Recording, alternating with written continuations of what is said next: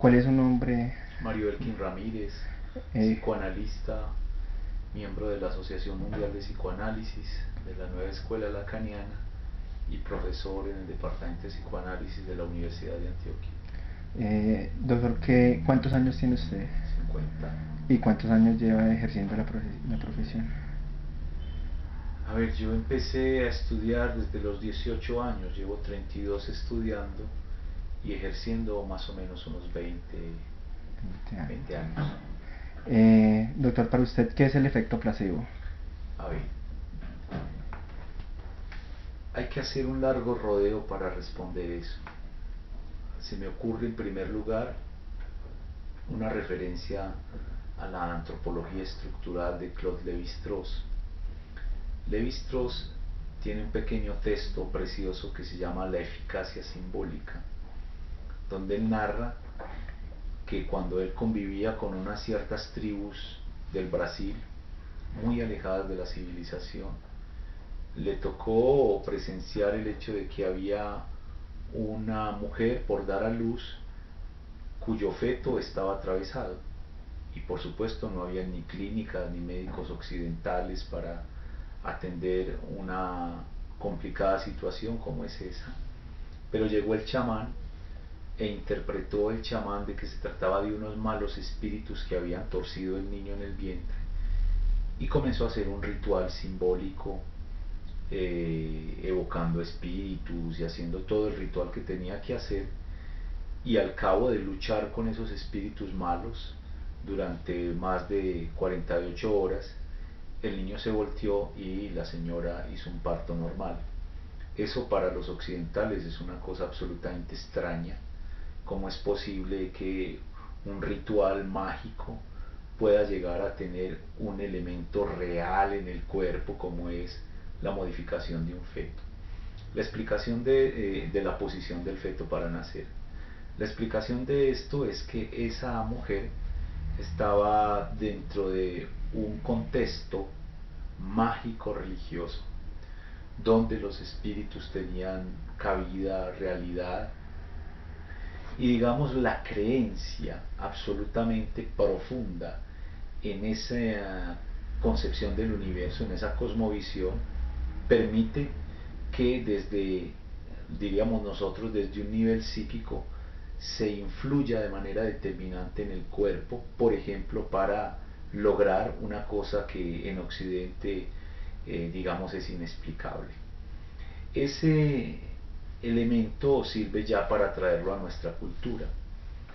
Desde el punto de vista del psicoanálisis hay una estrecha relación entre el cuerpo y el psiquismo. Eso en el terreno de la medicina se puede compartir con nosotros hablando de las enfermedades psicosomáticas, es decir, enfermedades que pueden tener o un origen orgánico pero un componente psíquico bastante importante para la incidencia y el desarrollo de la enfermedad, o un origen psíquico que tiene efectos en el cuerpo, efectos reales, verificables. Hay pues una comunicación compleja entre el cuerpo y el psiquismo que depende de si se trata de una histeria o de una histeria de conversión o si se trata de una esquizofrenia. En fin, habría que hacer clínica diferencial muy fina para pensar eso. En ese contexto pensemos lo que es la sugestión. Si pensamos el caso de la eficacia simbólica de Claude Lévi-Strauss, podríamos decir desde Occidente, se trata de una sugestión. Y, digamos, ya en nuestra cultura, la sugestión pues también tiene una cierta eficacia. Por ejemplo, ya no se cree mucho, o muchas personas no creen a nivel de la religión, otras sí acuden a misas de sanación, etcétera. Pero digamos que la mentalidad general se rige más por la ciencia, por la verificación, por el experimento, por la ciencia, digamos la ciencia en sentido positivo. Y ahí está la medicina tradicional nuestra occidental, después del siglo XIX, deja de ser esa especie de arte, esa especie de técnica para tener fundamentos científicos en la física, en la química, de manera esencial.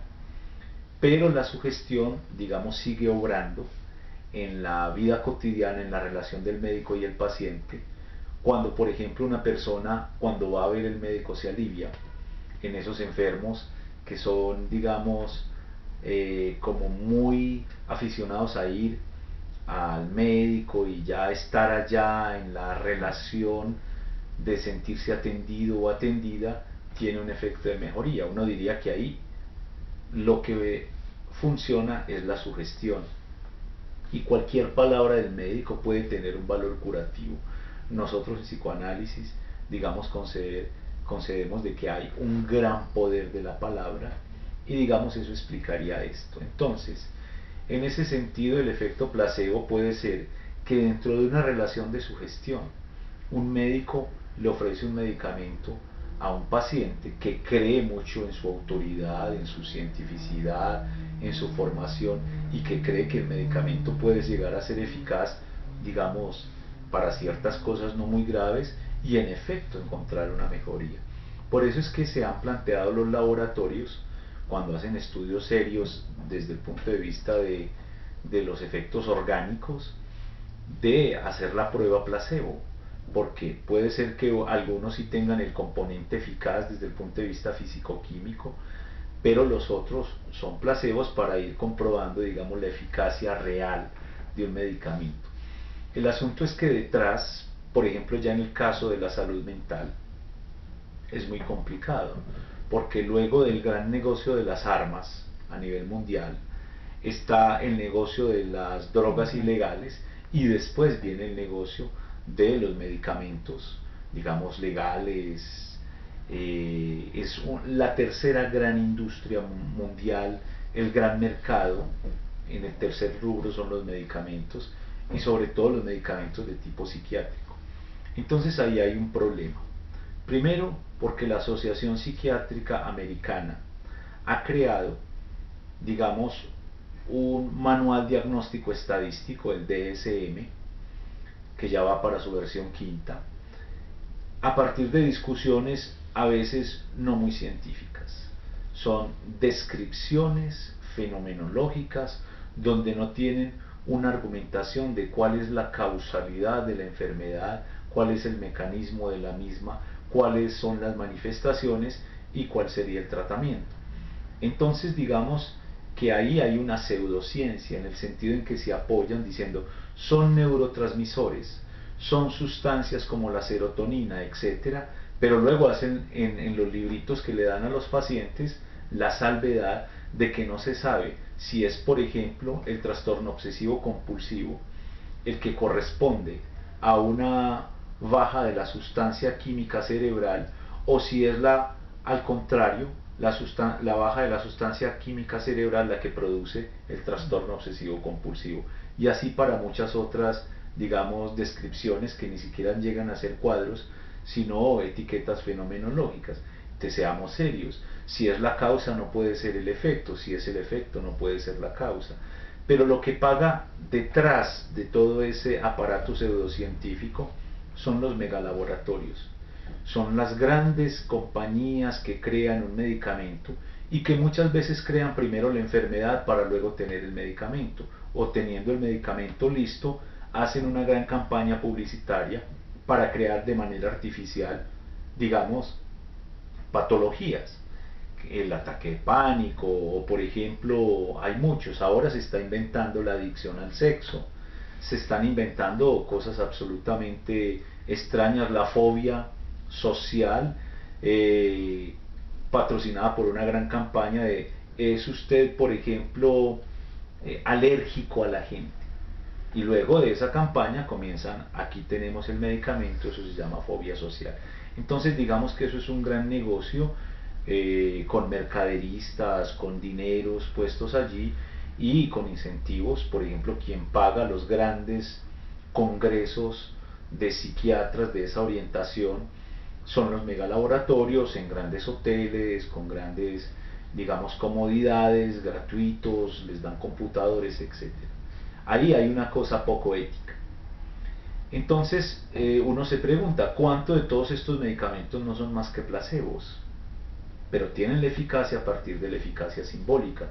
Y es allí donde hay que hacer, digamos, la clínica más fina desde el punto de vista del psicoanálisis y de otras disciplinas para poder determinar, digamos, una causalidad que muchas veces no es orgánica, sino que es de origen psíquico, pero el placebo, digamos, tiene aparentemente una eficacia cuando en realidad es o la eficacia simbólica o el poder sugestivo o la autoridad que el paciente reconoce en el médico.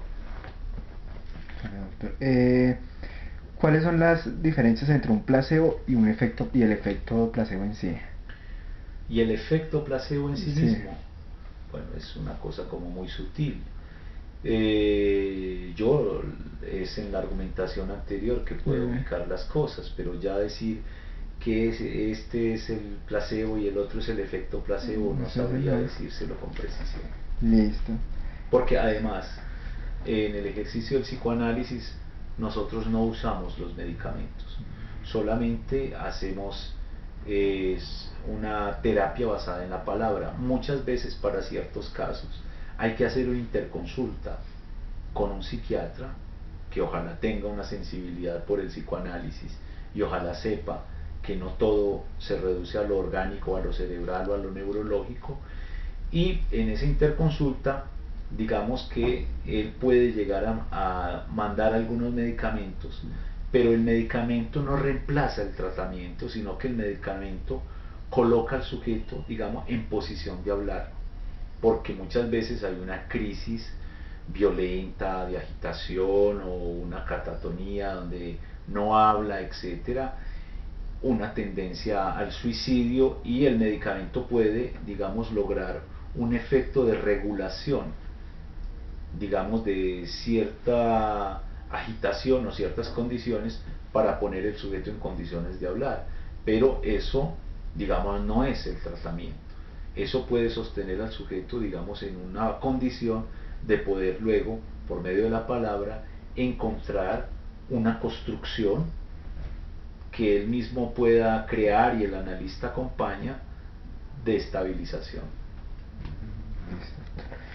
¿En qué casos consideras que es ético utilizar un placebo? Pues dentro de mi profesión no. No es ético. No sería No sé. ético.